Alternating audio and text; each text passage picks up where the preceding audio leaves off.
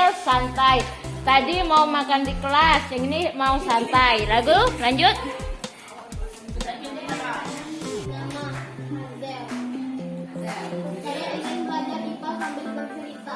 Sambil bercerita. Lanjut.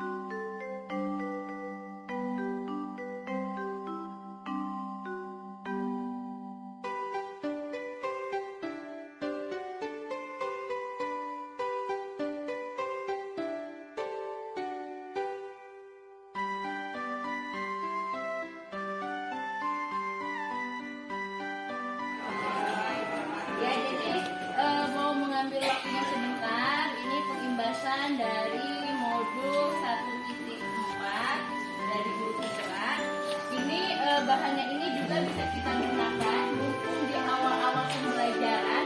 Nih, jadi kita menerapkan materi-materi penting yang bisa kita gunakan di kelas mumpung di awal-awal pembelajaran. Jadi aura-aura dari kurikulum Merdeka itu akan terasa di SMP Negeri 5. Nah, kebiasaan-kebiasaan itu dikenal dengan istilahnya adalah budaya positif. Apa itu budaya positif? Budaya positif adalah usaha untuk kebiasaan yang merujuk dari nilai kebajikan. Jadi istilah yang banyak dipakai di kurikulum Merdeka itu nilai kebajikan. Nilai kebajikan itu lebih difokuskan kalau di Indonesia itu ke profil pelajar Pancasila. Jadi istilahnya banyak mengacu profil pelajar Pancasila. Jadi diharapkan anak-anak kita nanti memiliki budaya yang sesuai dengan profil pelajar Pancasila. Lalu agar tumbuh suatu kebiasaan atau budaya, maka ada yang namanya motivasi. Motivasi itu ada dua macam, ada dari luar, ada yang dari dalam. Maka kebiasaan itu tidak tumbuh lagi. Seperti kalau anak saya itu waktu-waktu kelas 1, gurunya masih kasih reward bintang sholat 5 waktu. Ya, jadi pas tidak ada lagi program itu, jendol motivasinya. Ya, jadi ternyata penghargaan itu ada efek negatifnya. Begitu pun juga ada juga motivasi karena takut kena marah. Nah, jadi diharapkan budaya ini keluarnya memang motivasi dari diri sendiri. Itulah yang dikenal dengan belajar sepanjang hayat. Lalu peran guru itu sebenarnya ada 5.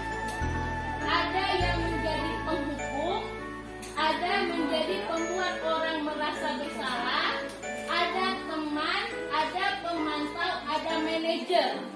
5 posisi ini bisa kita bahas. Ini ketentuan sekolah dengan keadaan. Jadi, nah hari ini kalian ketentuannya baju putih biru. Kenapa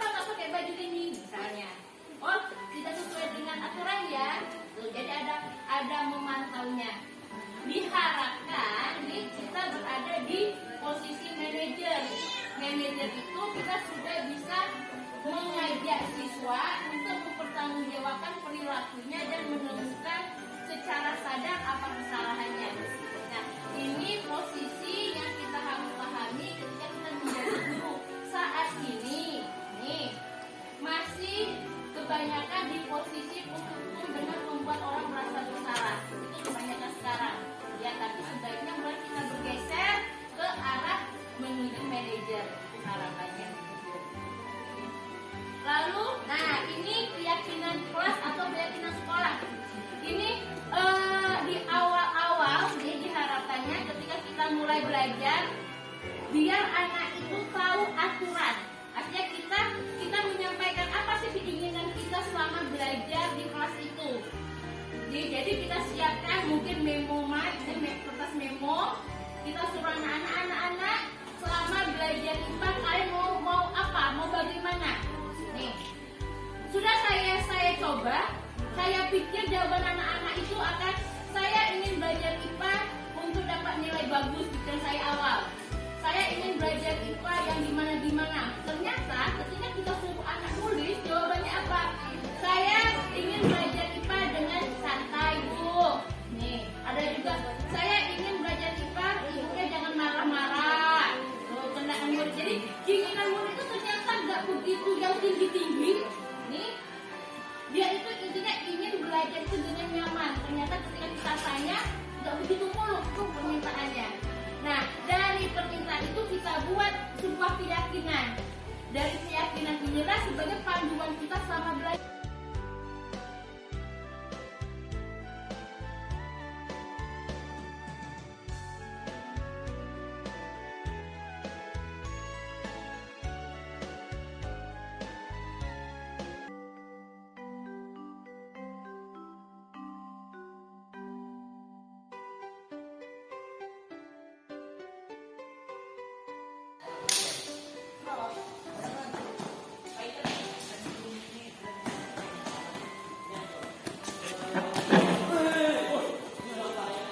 Sengaja selama ya. Ya. Kenapa? Masih nafsu kan? Weh.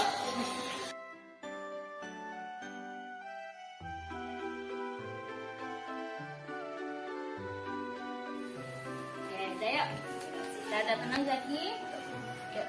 Kenapa Zaki dengan Akbar tadi? Yuk, siapa yang mau cerita dulu? Tidak sengaja kok lagi main. Betul? Ketabrak dikit. Ketabrak dikit. Jadi Akbar apa cak mana tadi? Di rumah aku. Kau lagi ya? Oh, Lagi baca tuh, lagi baca buku. baca-baca buku.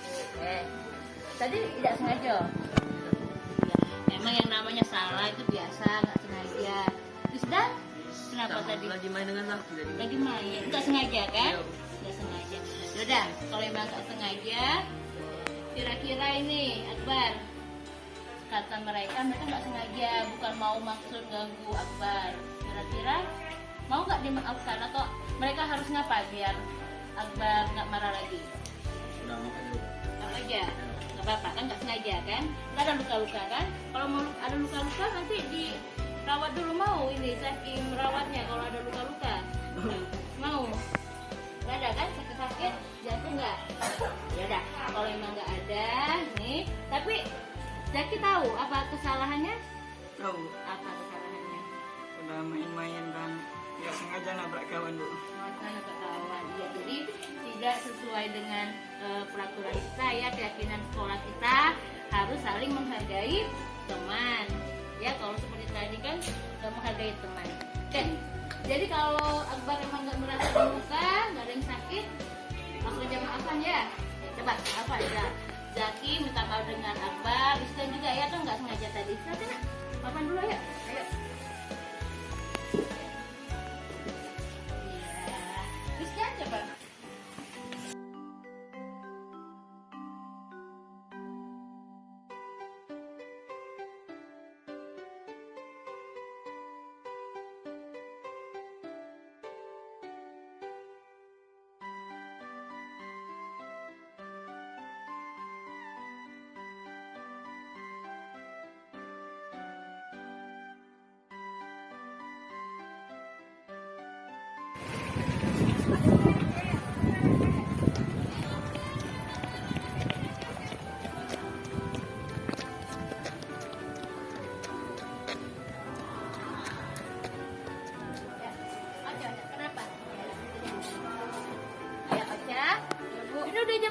Ocha? Iya, udah jam 7:30. Kita masuk jam berapa, Ca? Jam 7.15. 7:15. Artinya terlambat atau enggak itu, Ca? Terlambat Bu. Iya, ini teman-temannya udah masuk semua, udah belajar. Kenapa Ocha terlambat? Bangun kesiangan Bu. Bangun kesiangan. Ya Allah. Rumahnya di mana rumah Ocha? Di Betongan Bu. Iya, jauh ya Ocha ya. Jadi gimana? Nih, besok jam 7:15 sudah masuk ya. Ya Bu. Jadi Ocha tahu ini apa kesalahannya. Tahu Bu. Ya, jadi kira-kira gimana biar nggak salah lagi? Tidak bangun kesiangan lagi. Tidak bangun siang. Mam tadi kenapa sampai siangan? Banyak rumah Bu. bersihkan rumah, Iya. kalau nonton YouTube, nonton Betul. TikTok ya enggak. Jadi artinya nih kalau Ocha terlambat sudah melanggar kesepakatan sekolah ya, peraturan sekolah kita. Artinya jangan sampai terlambat lagi. Lalu cara untuk biar nggak terlambat lagi, satu, jangan Bangun kesiangan. kesiangan. Artinya kalau tidur jam berapa paling lama? Jam 10. Jam 10, jangan sampai jam 1 ya. Iya. Lalu bagaimana lagi biar nggak terlambat? Cepat bangun. Iya. Peralatan-peralatannya, bajunya udah lengkap semua. Yaudah, karena udah jam 7:30, nanti kalau mau ada guru di kelas.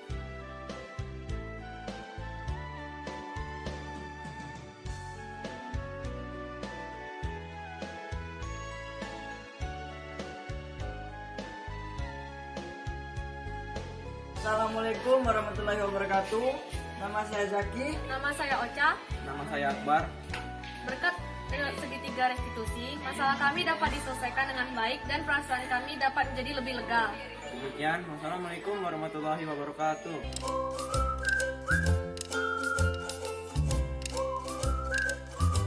Pasangan berhadapan-hadapan.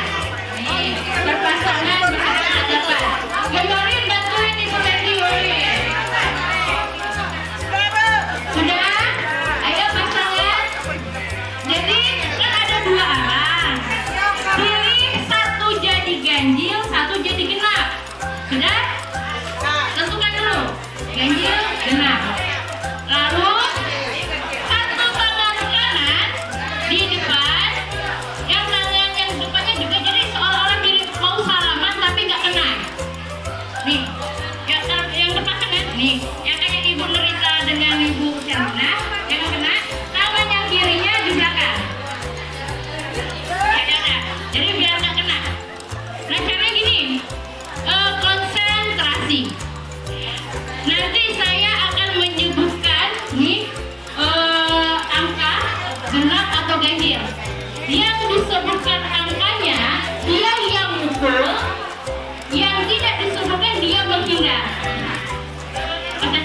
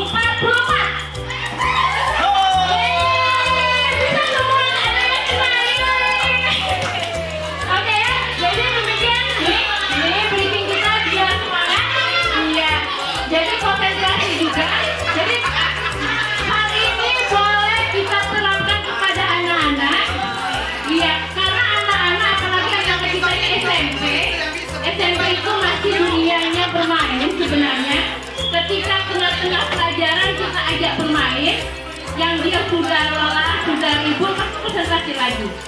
Apalagi kalau pernah dengar ibu kita cerita dia sering pakai TTS kayak gitu kan, itu cara mereka bermain juga. Ya, dan sekarang efek dari IKM memang berpusat kepada siswa. Jadi kita yang membantu gimana biar anaknya menyenangkan untuk pembelajaran. Oke, sekarang kita lanjut kembali ke laptop.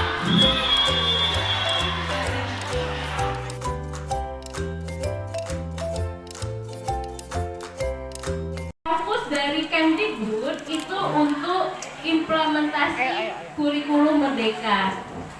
Nah, Kemdikbud sudah memiliki 6 strategi agar IKM itu berjalan lancar. Karena alhamdulillah SMP kita, di SMP 5, adalah satu-satunya SMP negeri di Kota Bengkulu yang sudah mengambil IKM jalur berbagi. Kalau yang sekolah lain baru yang berubah atau yang belajar. Kalau kita sudah yang IKM-nya berbagi.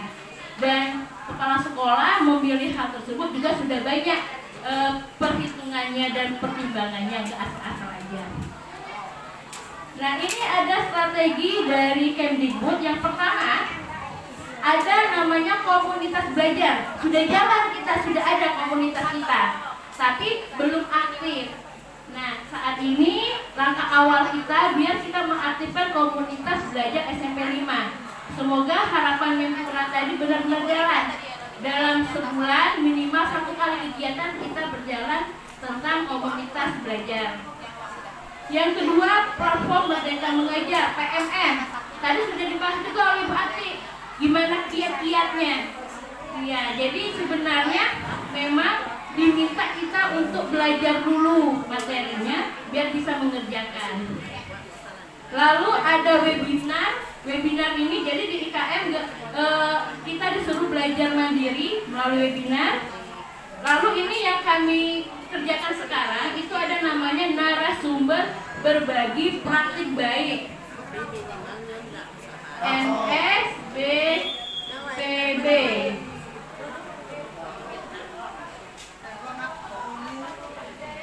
Lalu ada juga helpdesk dan mitra pembangunan. Ini strateginya.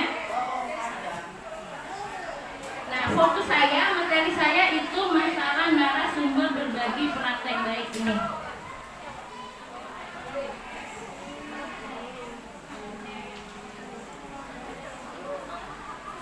Siapakah yang menjadi narasumber berbagi praktek baik? Jadi beberapa bulan yang lalu ada pembukaan langsung dari Kemdikbud untuk memberi link nih kita mendaftar untuk menjadi NSBP. Nah, yang menjadi narasumber itu boleh semua guru, siapapun tidak terkecuali boleh ikut, boleh mendaftar. Lalu boleh juga kepala sekolah yang sudah mengimplementasikan kurikulum Merdeka. Jadi pertama itu ada link pendaftaran. Dari link itu sudah mendaftar, ada pemanggilan dari seluruh wilayah itu dipanggil untuk proses selanjutnya adalah pembekalan. Nah, yang sudah kami lakukan kemarin setelah mendaftar masuk pembekalan, nggak ada faktor umur. Artinya apa? Yang sudah dewasa lanjut banyak ikut. Jadi yang penting dia ingin belajar nih tentang PMM, tentang pembelajaran sekarang, dia ikut boleh. Jadi nggak ada batasan umur, siapa aja boleh ikut. Itu ya. Mau kepala sekolah, mau guru boleh. Apa tugas kami sebagai narasumber? Yaitu pastinya berbagi praktek baik, lalu membuat video dan cerita baik, mengisi jurnal, nanti ada kami isikan hasil link untuk jurnalnya, lalu melakukan refleksi.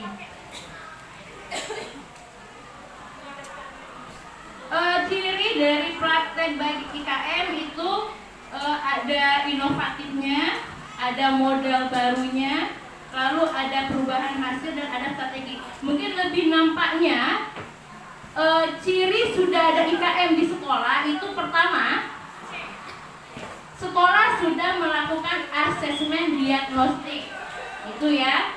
asesmen diagnostik bisa dilakukan oleh guru langsung untuk menilai kognitif ataupun non kognitif, atau bisa juga dilakukan oleh pihak sekolah. Tapi kalau menurut saya tadi Bu Rita, lebih baik oleh gurunya sendiri itu, tapi bekerjasama dengan pihak sekolah.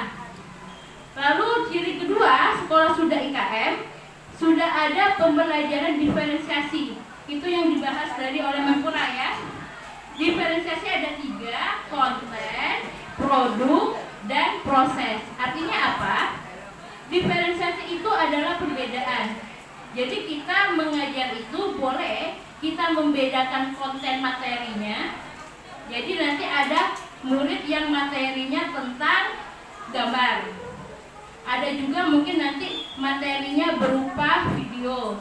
Ada lagi yang berupa apa, bebas. Jadi bebas. Jadi guru itu merdeka memberi konten materinya. Atau boleh juga guru dalam pembelajaran membedakan dalam proses. Nanti ada anak yang kita suruh cuma menggambar-gambar, boleh. Yang ini sukanya bercerita, jadi kita suruh bercerita, boleh. Atau yang ini sukanya jungkir balik, praktek langsung, boleh. Itu proses. Yang terakhir itu bisa juga dalam hasilnya, produknya. Ini yang sudah saya coba di pembelajaran kemarin. Saya meminta anak masalah pengukuran membuat puding.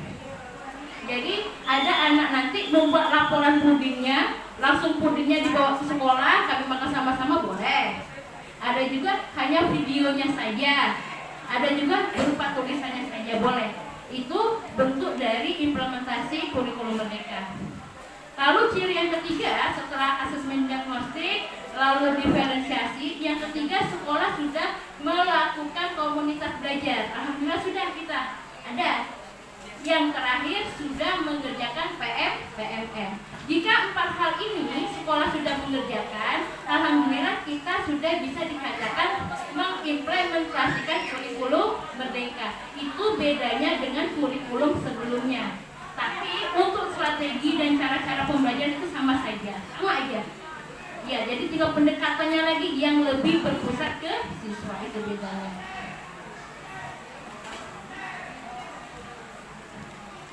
Nah, ini ada tahapan nih. Jika Bapak Ibu nanti ada di angkatan 4, kami angkatan 3 LSBP-nya, nanti ada angkatan 4 yang akan dibuka lagi. Nah, jadi bagi Bapak Ibu yang tertarik nih, kenapa? Karena program ini langsung dari Kemdikbud, bukan hanya dari dinas kita. Jadi nanti siapa tahu Bapak Ibu selain di sini disuruh isi materi tempat lain bisa, karena Kemdikbud yang membukanya. Jadi caranya ini alurnya. Pertama dimulai dari pembukaan pendaftaran, lalu mengisi pendaftaran, ada seleksi dari tim, lalu ada pengumuman. Nah, jika dia lolos dari pengumumannya itu, maka dia disebut dengan calon NSBPB. Setelah jadi calon, mengikuti pembekalan, lalu setelah pembekalan kami disuruh membuat cerita baik dan video. Nah, dari hasil cerita baik dan video ini dilakukan akurasi. Hasil akurasi baru mengeluarkan hasilnya siapa yang lolos atau tidak lolos. Karena dari kami yang pembekalan ada kurang lebih 30% yang belum lolos. Ini alhamdulillah kami bertiga sudah lolos.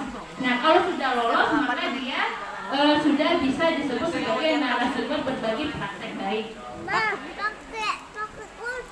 Ini kriteria narasumber: 1, berasal dari satuan pendidikan, memiliki kemampuan berkomunikasi, memiliki bukti karya, berkomitmen mengikuti seluruh kegiatan, lalu bertanggung jawab dalam NSBPP, terakhir menyelesaikan minimal 2 topik.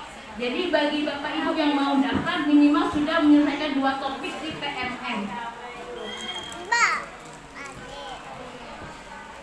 Ini tahapan-tahapannya sama aja. Ini indikator kalau mau memasuki proses seleksinya.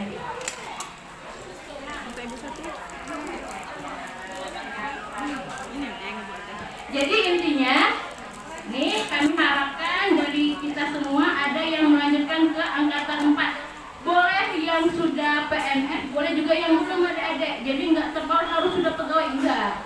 Yang penting kita ikut seleksi. Yang penting juga harus ada akun belajar ID intinya. Oke, sampai sini ada pertanyaan yang masalah NSBBP narasumber berbagi praktik baik. Ada tanggapan, ada pertanyaan? Boleh Bu Peti? Apa perbedaannya yang ini dengan CGP? Apa perbedaan yang narasumber berbagi praktik baik dengan CGP? Oke, apa perbedaannya? Sangat jauh. Yang pertama, kalau CGP yang pasti mereka sama-sama dari Kemdikbud ya. Kalau perbedaannya, kalau CGP proses pendidikannya selama kurang lebih 6 bulan. Ya. Kalau yang ini hanya pembekalan kemarin kurang lebih 3 hari. Ya, itu.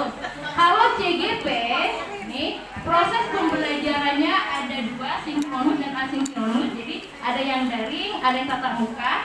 Ini yang sedang dilakukan oleh Mempura dan saya, dan alhamdulillah sangat menarik. Jadi Bapak Ibu boleh ikut juga, bagus. Itu kalau yang ini dia lebih mandiri pengerjaannya. Kita disuruh membuat cerita baik dan video pembelajaran. Nah, kalau kita sudah membuat cerita baik dan video, kita upload nih, dan diakurasi ternyata sudah sesuai, maka kita sudah menjadi narasumber. Tapi kalau yang CGP harus mengikuti pembelajaran selama 6 bulan, proses lokas 1 sampai 7, panen hasil, jadi perjuangannya sangat panjang. Nih, akhirnya bisa disebut sebagai guru penggerak. Dan perbedaan terakhir, fokusnya keduanya berbeda. Disuruh membuat cerita baik dan video pembelajaran. Nah, kalau kita sudah membuat cerita baik dan video, kita upload nih, dan diakurasi ternyata sudah sesuai, maka kita sudah menjadi narasumber. Tapi kalau yang CGP harus mengikuti pembelajaran selama 6 bulan, proses lokas 1 sampai 7, panen hasil, jadi perjuangannya sangat panjang. Nih, akhirnya bisa disebut sebagai guru penggerak. Dan perbedaan terakhir, fokusnya keduanya berbeda. Kalau CGP sebagai pemimpin pembelajaran, kalau narasumber sebagai pengisi materi praktek baik. Itu tujuannya. Jadi berbeda. Tapi ini sama-sama bagian dari IKM. Itu Bu Peti. Ada lagi yang lain? Oke, jadi ini saya sampaikan contoh.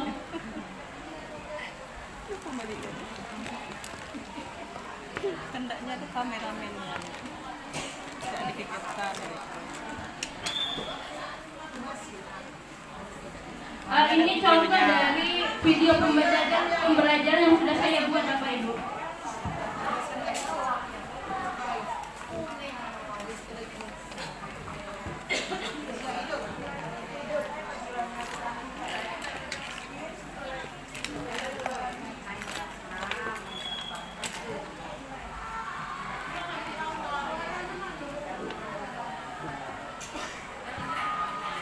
Assalamualaikum warahmatullahi wabarakatuh. Selamat datang di SMP Negeri 5 Kota Batu.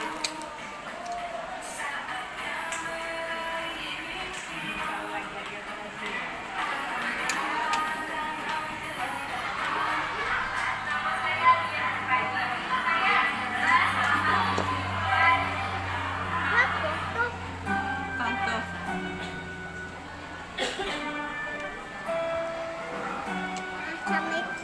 Ya, macam itu bagus kan?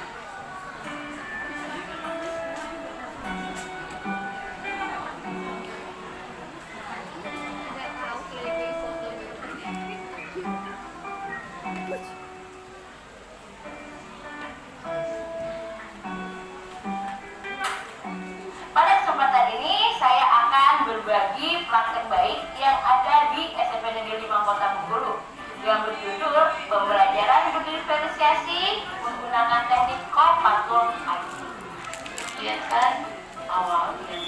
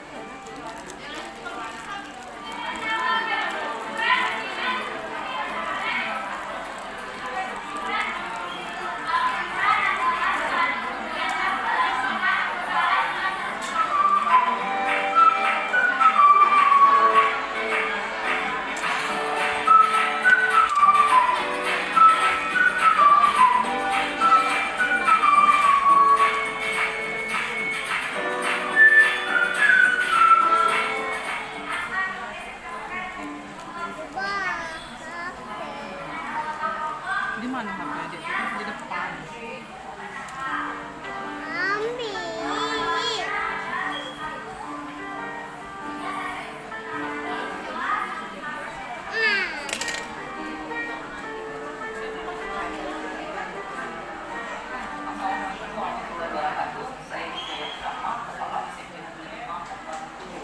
Saya sangat mengapresiasi apa yang dilakukan oleh ibu di sekolah saya di bidang ini, belajar dengan menggunakan metode pemahaman IT, kolaborasi, bapak tulis dan ilmu teknologi sebagai salah satunya melakukan pembelajaran berdifferensiasi dan implementasi kepada mereka yang dapat membuat anak mengenai pembelajaran. Wassalamualaikum warahmatullahi wabarakatuh. Assalamualaikum warahmatullahi wabarakatuh. Perkenalkan nama saya Nidra Saida. Saya dari kelas 3. Menurut saya, video belajar menggunakan video lebih menarik karena mudah dipahami dan gambarnya lebih nyata. Sekian. Wassalamualaikum warahmatullahi wabarakatuh. Assalamualaikum warahmatullahi wabarakatuh. Perkenalkan nama saya Nadira dari kelas 3. Menurut saya, belajar dengan menggunakan video warna-warni itu sangat menyenangkan dan sangat menarik untuk saya. Terima kasih. Wassalamualaikum warahmatullahi wabarakatuh. Assalamualaikum warahmatullahi wabarakatuh. Nama saya Dani Garendra dari kelas 7. Perkenalkan nama saya Zaki. Pendapat kami dari belajar IPA dengan Ibu Lia sangat menyenangkan Karena mudah dimengerti. Assalamualaikum warahmatullahi wabarakatuh.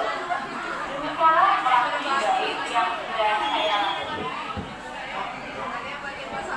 Jadi ini satu karya atau aksi nyata yang sudah saya lakukan, dan ini juga yang dilakukan jika nanti Bapak Ibu ingin mendaftar ikut seleksi karena sudah berbagai praktik baik.